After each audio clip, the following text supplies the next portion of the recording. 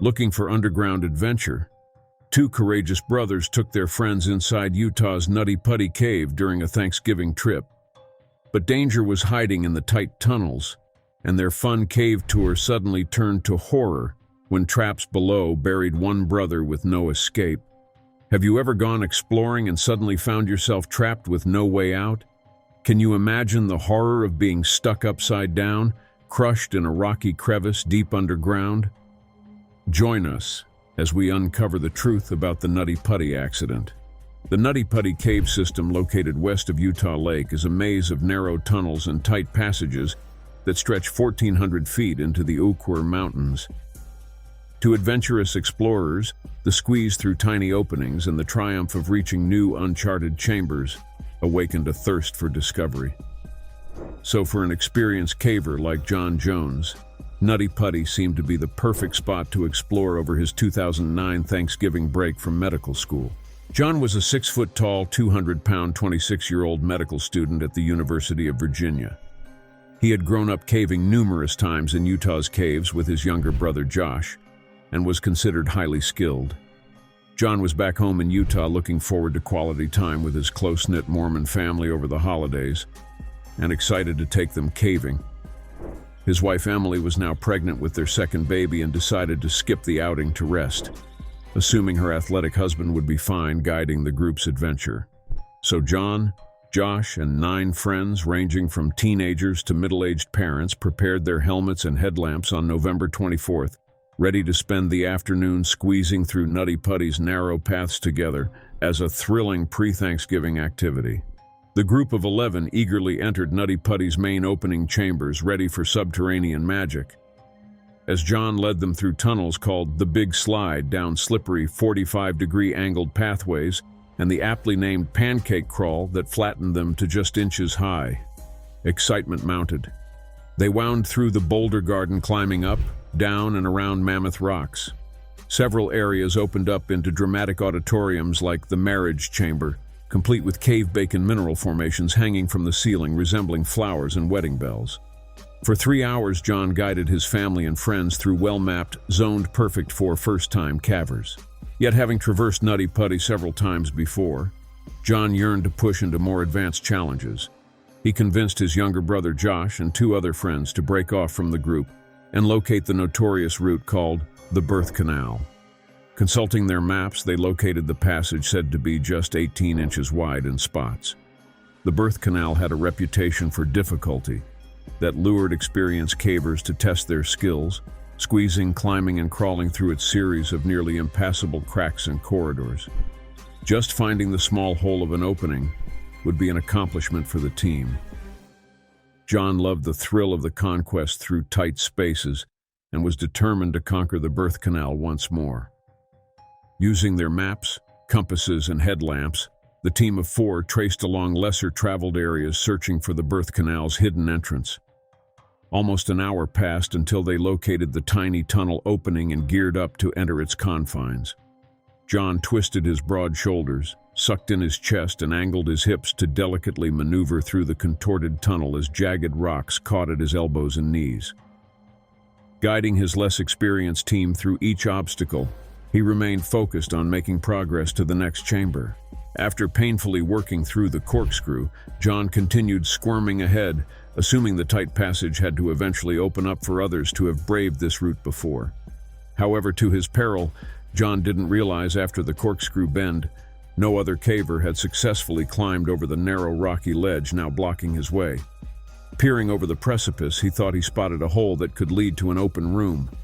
Gripped by overconfidence, competitiveness, and possibly humility, John fatefully called back, "I think we are almost through," as he raised himself up and over the ledge. In a matter of seconds, John and his team's triumph turned to sheer tragedy. Clutching at loose rocks as he lowered himself into the hole, John lost his grip and footing.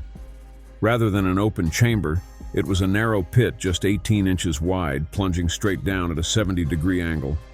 John slipped completely inside the rocky crevice and immediately knew his grave error as he became jammed upside down, his chest and arms pinned.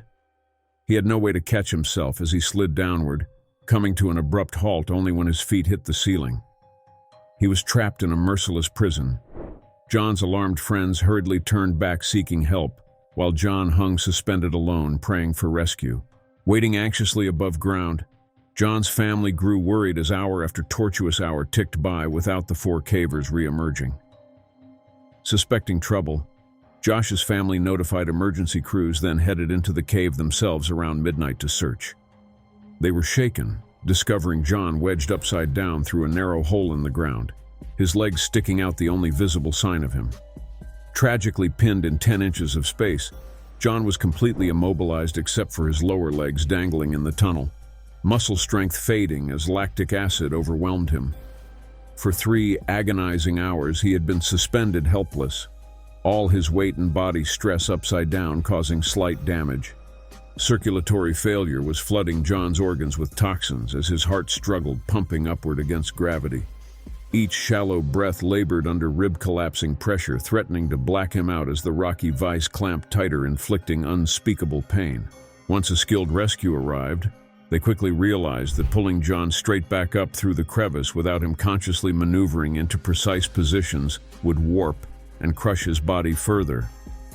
Over the next exhausting 24 hours, rescuers strategized options while working non-stop to save their now hallucinating patient. They provided oxygen and IV fluids to an increasingly less communicative John. 2 cavers even managed to climb down inside, attempting to wrap harnesses around John's mangled body so the teams above could hoist him out via complex pulley systems, their mission growing ever desperate. However, with John pinned, immovable, and battered, he was unable to bend his legs or twist himself, no matter how mighty the crews pulled upwards on the ropes. After being partially elevated, the pulley anchors tragically gave way under the enormous strain, violently wrenching rescuers' kneecaps and knocking one unconscious. Without John conscious to coordinate movements, there was no choice but to heartbreakingly leave his remains entombed. This haunting tale strikes an emotional loop, remembering the selfless dedication and dogged determination shown by both John Jones and his rescuers, persevering for unfathomable hours, trying to free him from his underground purgatory. John surely understood the grave scenarios of his situation, yet displayed steadfast courage and faith. When finally pinned without escape, rather than panic, we can see John finding peace, embracing the love of family, awaiting and comforting memories. Likewise, his rescuers suffered terrible setbacks and deflating disappointments as each brave effort failed. Troubled and thrashed themselves, they pressed onwards, refusing to abandon John to his subterranean grave alone. Their generosity of spirit awakens compassion in us all. And with that, Nutty Putty issues a dire warning that should not be disregarded. Adventure broadens our sense of awe, but exciting places can also hide dangerous traps where nature might suddenly unleash its uncontrollable forces on us.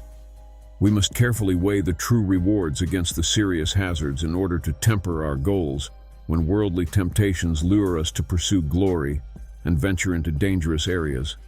Even though John's entombment serves as a poignant reminder to embrace each fleeting delight experienced in the loving arms of those present, rather than reaching beyond our reach alone.